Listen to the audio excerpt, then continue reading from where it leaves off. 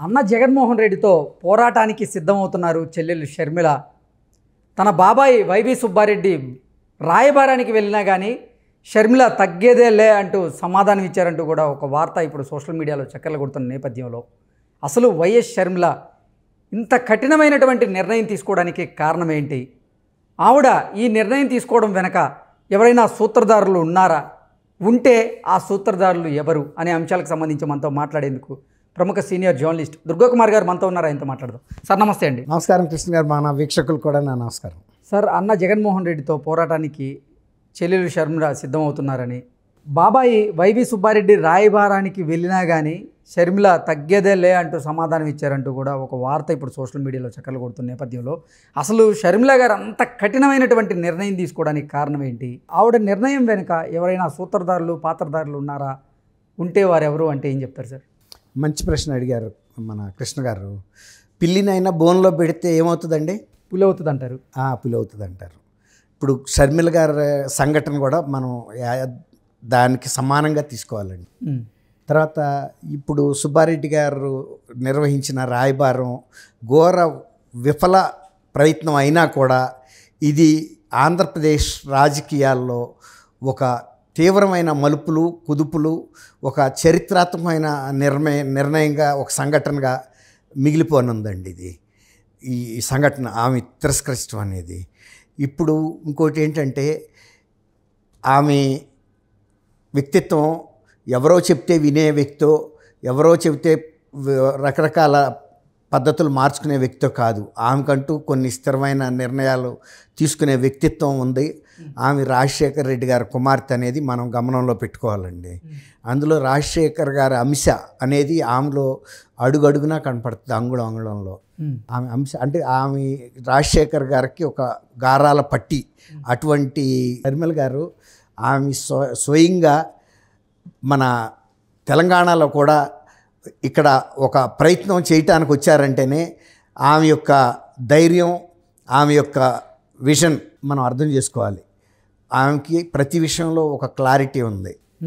తర్వాత జగన్మోహన్ రెడ్డి గారు అన్నయ్య అనే ఒక ప్రేమతో ఆమె చేసిన త్యాగం కూడా చాలా గొప్ప త్యాగం. ఇప్పుడు చెల్లెల కోసం ఆయన చేసిన త్యాగం అనేది మనకి ఎక్కడ కనపడదు. కానీ ఆయన్ని ముఖ్యమంత్రి చేయటానికి ఆమె పాదయాత్ర చేయటం, తల్లితో కలిసి చాలా కష్టపడ్డారు. భారతీయ రెడ్డి గారి కన్నా కూడా యాక్చువల్గా జగన్మోహన్ రెడ్డి గారు ముఖ్యమంత్రి అవ్వటంలో షర్మిల గారి పాత్ర బాగా ఉంది. నెక్స్ట్ తల్లిగా విజయం గారి పాత్ర ఉంది. వీళ్ళిద్దరిని కూడా తెలుగు ప్రజలు, ఆంధ్రప్రదేశ్ ప్రజలు బాగా ఆదరించారు. ఎందుకు ఆదరించారంటే, ఎప్పుడు కూడా విజయం గారు ప్రజా జీవితంలోకి రాలేదు. జగన్ బాబుని ముఖ్యమంత్రి చేయమని అడగటానికి మాత్రం వచ్చింది. ఈమె జగనన్న వదిలిన బాణాన్ని తను ఫోకస్ చేసుకోవాలి. ఎవరైనా రాజకీయాల్లోకి వచ్చేటప్పుడు ఇవాళ తను ఫోకస్ చేసుకుంటుంది. తను ఆ రోజున జగన్మోహన్ రెడ్డి గారిని కనుక ఫోకస్ చేస్తే నా భవిష్యత్తు గురించి నా భరోసా జగన్మోహన్ రెడ్డి గారిలో ఉంటుంది అనుకునే ఆమె పొరబడింది. ఆ నిర్ణయంతో ఆమె కంగుతుంది.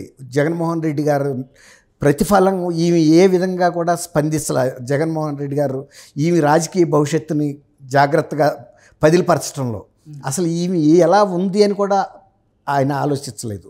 తర్వాత సహజంగా అంటే అసలు జగన్మోహన్ రెడ్డి గారు అరెస్ట్ అయిన తర్వాత వైఎస్ఆర్సీపీ భవిష్యత్తు ప్రశ్నార్థకంగా మారబోతుంది అంటూ అందరూ భావించిన తరుణంలో నేను అన్న వదిలిన బాణాన్ని అంటూ కూడా షర్మిల గారు బయటికి రావడం, తర్వాత 3000 కిలోమీటర్లకు పైగా పాదయాత్ర చేయడం, పార్టీని బలోపేతం చేయడం, ఉప ఎన్నికల్లో గెలిపించడం, తర్వాత మొన్న జరిగినటువంటి ఎన్నికల్లో కూడా ఆవిడ క్రియాశీలకంగా మంచి పాత్ర పోషించడం, ఇవన్నీ చూస్తూ వచ్చాం.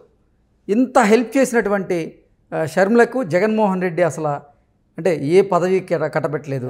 ఈవెన్ తన వాటాలు, ఆస్తులు వాటా కూడా ఇవ్వను, ఏం చేసుకుంటావో చేసుకో అన్నట్లుగా ఆవిడతో దురుసుగా ప్రవర్తించారంటూ కూడా గతంలో కొన్ని వార్తలు వచ్చిన నేపథ్యంలో వైవి సుబ్బారెడ్డి గారిని ఉద్దేశించి షర్మిల గారు ఈరోజు అసలు జగన్మోహన్ రెడ్డి ఈరోజు కష్టంలో ఉన్నాడని చెప్పి నువ్వు నా దగ్గరికి రాయబారిగా వచ్చావు.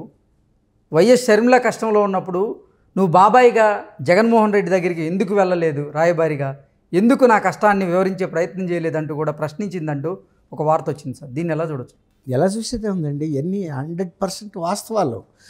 ఇప్పుడు ఆమె ఒక అన్న వదిలిన బాణ ఆ రోజున తన రాజకీయ భవిష్యత్తు అంతా కూడా అన్న జాగ్రత్తగా చూసుకుంటాడని నమ్మి ఆయన ముఖ్యమంత్రి చేసింది. ఆయన ముఖ్యమంత్రి అయిన తర్వాత సహజ సిద్ధంగా జరగాల్సిన కార్యక్రమాలు కూడా ఆయన చేయలేదు. ఇప్పుడు తండ్రి చనిపోయారు, తర్వాత ఆస్తులు అట్లాగే ఉన్నాయి. ఆస్తులకు సంబంధించి వీళ్ళ ముగ్గురు కూర్చుని మాట్లాడుకోవాల్సిన అవసరం అయితే ఉంటుంది కదండి. ఆయనకి ఎంత వస్తుందో ఆమెకు కూడా అంతే వస్తుంది కదా. ఇప్పుడు రాజశేఖర రెడ్డి గారి ఆస్తిలో ఎన్టీ రామారావు గారు ఆడపిల్లలకు కూడా సమానమైన ఇది ఇచ్చాడు కదా, 83లోను అనుకుంటా, 84లోను ఆయన చట్టమే చేశాడు. ఆ తర్వాత కేంద్ర ప్రభుత్వం కూడా అదే చట్టాన్ని అమలు చేసింది. అట్లాంటప్పుడు ఆమెకు సహజ సిద్ధంగా జరగాల్సిన న్యాయం కూడా జరగలేదు. రాజ్యసభ టిక్కెట్లు ఇచ్చాడా, లేకపోతే ఎమ్మెల్సీ చేసి మినిస్టర్ ఇచ్చాడా, లేకపోతే పార్టీ అధ్యక్షురాలను చేశాడా, ఇవన్నీ తర్వాత విషయాలు. ఆమె అక్కడ ఏమీ న్యాయం జరగలేదు. ఏదో ఒకటి నేను కష్టపడి కనీసం తెలంగాణలో అన్నా కూడా రాజశేఖర రెడ్డి గారి మీద ఉన్న అభిమానాన్ని వాడుకుని ఇక్కడైనా ఏదైనా స్థిరపడతా అని ప్రయత్నిస్తే ఇక్కడ కూడా ఆయన అడ్డుకాలు పెట్టాడు. ఇక్కడ కూడా ఆమెను ముందుకు వెళ్ళనివ్వకుండా చేశాడు. ఆమెని క్రేన్లో పెట్టుకుని కారు లాక్కెళ్ళిపోయినప్పుడు కూడా కనీసం ఆయన పేపర్లో వార్త కూడా, సాక్షిలో ఆ పేపర్లో వార్త కూడా వేయనివ్వలా.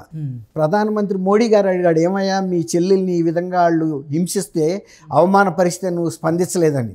ఢిల్లీలో ఉన్న మోడీ గారు స్పందించాడు కానీ ఈయన స్పందించలేదు. తర్వాత ఈ రాజకీయ ఇక్కడ తీసుకున్న నిర్ణయాన్ని గురించి సజ్జల రామకృష్ణారెడ్డి గారు మాట్లాడాడు. ఆయన మాట్లాడలేదు. బాబాయ్ అయిన సుబ్బారెడ్డి గారు మాట్లాడలేదు. అవన్నీ ఆమె అడిగిందంట మొన్న వెళ్ళినప్పుడు. మీకు ఇవాళ నేను గుర్తొచ్చానా, నేను రోడ్డున ఆయన చెప్పింది ఏంటంటే, అమ్మ జగన్మోహన్ రెడ్డి రాజశేఖర రెడ్డి గారి కుటుంబం నువ్వు ఇట్లా కనుక చేస్తే రోడ్డును పడుతుందంటే, రోడ్డుని ఇవాళ పట్టడం ఏంటి, ఎప్పుడో పడింది.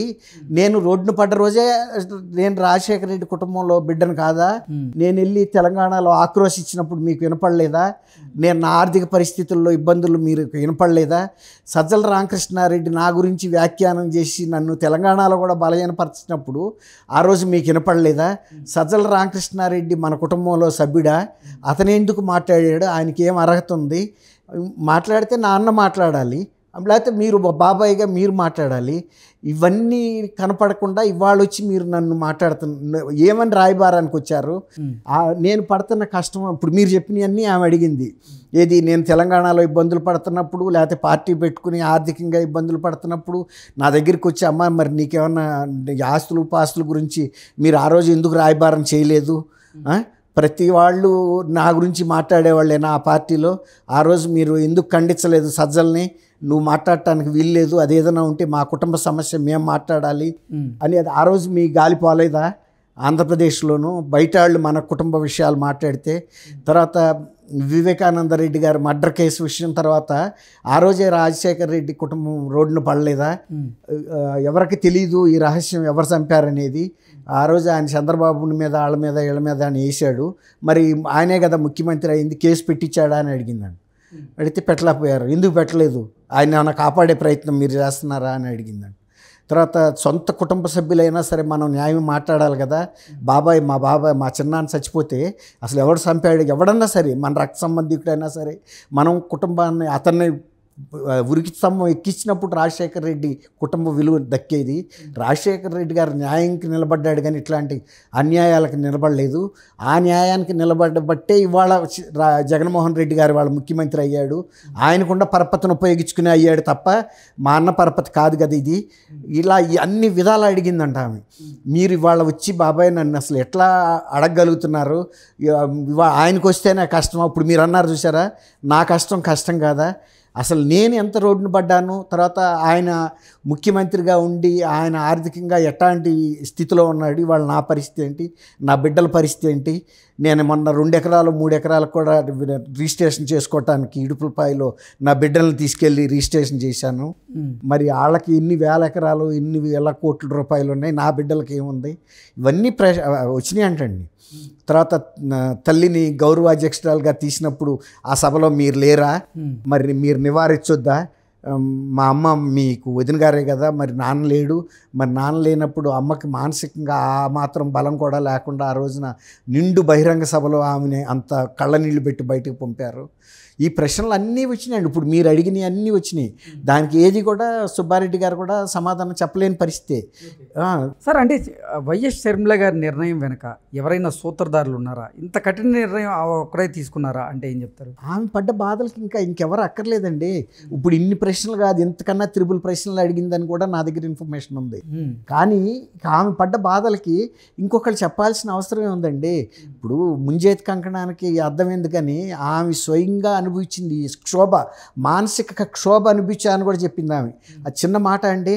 ఇప్పుడు రాజశేఖర రెడ్డి గారు ముద్దులు బిడ్డగా ఆమె పెరిగి అసలు మానసిక క్షోభ పడాల్సినంత అవసరం ఆమెకి ఎందుకు వచ్చిందండి? ఇప్పుడు డబ్బులు ఇవన్నీ దశకాల తర్వాత మాట్లాడండి. సొంత కుటుంబ సభ్యురాలు తెలంగాణ వెళ్ళి అక్కడ పార్టీ కోసం ఇంత తిప్పలు పడుతుంటే అవతల ముఖ్యమంత్రి నీకు మిత్రుడు అయ్యి ఉండి కనీసం అక్కడ జరిగిన పరాభవాలు కానీ అన్యాయాలు కానీ నీ సొంత పేపర్ ఉండి మిగిలిన అందరి గురించి ఇంత రాస్తున్నావు కదా, అసలు ఆమె గురించి ఇంత వార్త కూడా రాయలేదని కూడా అడిగిందంట. టీవీల్లో చూపించలేదు నాది. తర్వాత ఆ రోజు మరి బాణం అని నన్ను వదిలినప్పుడు నేను మాట్లాడినప్పుడు టీవీ ఎంత ప్రసారం చేసింది. ఇప్పుడు నా సొంతానికి వెళ్ళినప్పుడు మరి టీవీలో ఆయనకి పోయేది ఏముంది, నన్ను కూడా చూపించవచ్చు కదా, ఆ ఆస్తి అంతా మా నాన్న ద్వారా వచ్చిన ఆస్తే కదా, ఇవన్నీ అడిగింది. ఇంకా అనేకం ఆమె బాధ.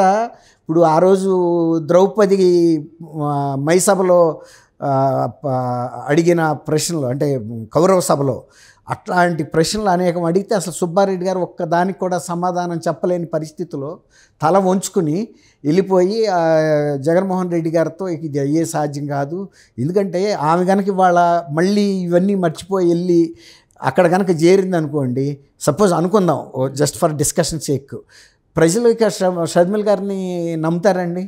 ఇప్పుడు ఆమె నేను తెలంగాణ బిడ్డని, తెలంగాణ కోడల్ని, నా భవిష్యత్ అంతా తెలంగాణతో ముడిపడి ఉంది, నేను ఇక్కడే తాడో పేడో సావో రేవో తేల్చుకుంటానని చెప్పిన మనిషి మళ్ళీ ఇవాళ వెళ్ళిపోయి ఆయనతోనే రాజీ పడితే కనీసం ఇవాళ కాంగ్రెస్లో చేరితే ఒక అందుకు చేరానని ఆయన చెప్పగలదు. నా తండ్రి అహరహం కోరుకున్నాడు రాహుల్ గాంధీ ప్రధానమంత్రి అవ్వాలని, కానీ ఆయన జీవితకాలంలో జరగలేదు, అకస్మాత్తుగా ఆయన చనిపోయారు. ఆయన ఆశయం నెరవేర్చడానికైనా కూడా నేను రాహుల్ గాంధీ గారు ప్రైమ్ మినిస్టర్ అయ్యే వరకు నేను కాంగ్రెస్ను వదలను, మా కుటుంబం ఈ స్థితికి వచ్చిందంటే, మా అన్నయ్య ఈ స్థితిలో ఉన్నాడంటే ఖచ్చితంగా కాంగ్రెస్ ప్రభావం ఉందని చెప్పుకోవడానికన్నా ఫేస్ ఉంటుంది కదా కృష్ణ గారు. ఇప్పుడు షర్మిల గారు అంటే చిన్న లైట్ వెయిట్ కింద తీసేయడానికి వీల్లేదు. ఆమెకి అధిష్టానం కూడా అంత ఇంపార్టెన్స్ ఇస్తుంది. ఇవాళ ఆమె ఒకసారి కనుక పార్టీలో చేరితే ఆంధ్రప్రదేశ్కి పరిమితం అయ్యే పర్సన్ కాదు ఆమె. ఆమె ఒక రకంగా జాతీయ స్థాయిలో కూడా ఒక మహిళా నాయకురాలుగా ప్రొజెక్ట్ అయ్యే అవకాశం ఉంది. కాబట్టి జగన్మోహన్ రెడ్డి గారితో ఆమెకి న్యాయం జరుగుతుందన్న ఆశ ఎక్కడా లేదు. ఒక రకంగా విజయమ్మ గారు కూడా నిలబడతారా లేరో తెలియని పరిస్థితుల్లో ఆమె ఉన్నారు. ఇవాళ కొడుకు మీద ప్రేమతో విజయమ్మ గారు కూడా రేపు షర్మిల గారు గట్టి నిర్ణయం తీసుకున్న తర్వాత షర్మిల గారు వెనక ఉండకపోవచ్చు. మొన్న తెలంగాణలో అప్పుడు ఉంటానన్నారు, కానీ ఇప్పుడు ఆంధ్రప్రదేశ్కి వెళ్ళినప్పుడు ముఖ్యమంత్రి షర్మిల అన్నా ఉండాలి, జగన్మోహన్ రెడ్డి అన్నా ఉండాలి. అప్పుడు కొడుకా కూతురా అనేటప్పుడు కూడా తల్లిగా విజయమ్మ గారు ఒక రకంగా మనసు ఇదయ్యి జాలిపడి కొడుకు మీద ఎప్పుడైనా తిప్పొచ్చు. కానీ షర్మిల గారి వాళ్ళ తన రాజకీయ అది అడిగింది ఆమె, నా రాజకీయ భవిష్యత్తుని బలిపెట్టాను ఇది ఆయన కోసం, కానీ ఇవాళ నా రాజకీయ ఇంకా కూడా బలిపెట్టాలా అని అడిగితే ఏం మాట్లాడతాడైనా? ఇప్పటికైనా నన్నుగా బతకనమని అడిగింది ఆవిడ, అంటే సొంత నిర్ణయాలు తీసుకోమని. కాబట్టి అటువంటి పరిస్థితుల్లో ఇది ఈ విఫల రాయబారమైనా కూడా రాజకీయ పరిణామాలని ఆంధ్రప్రదేశ్లో మార్పు తీసుకురావడానికి ఇది ఒక ఘట్టంగా ఉపయోగపడుతుందని అయితే మనం భావించాల్సి ఉంటుంది కృష్ణ గారు. Okay sir, thank you so much.